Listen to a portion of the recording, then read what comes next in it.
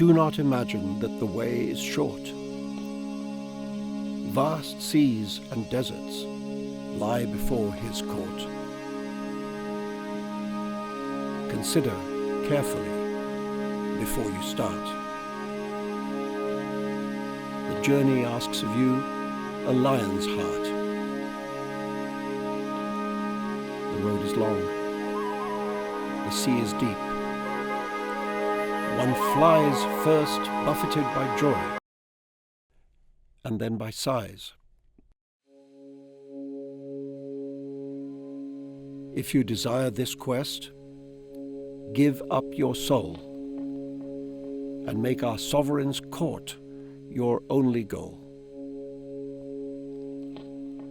First, wash your hands of life, if you would say, I am a pilgrim of our sovereign's way. Renounce your soul for love.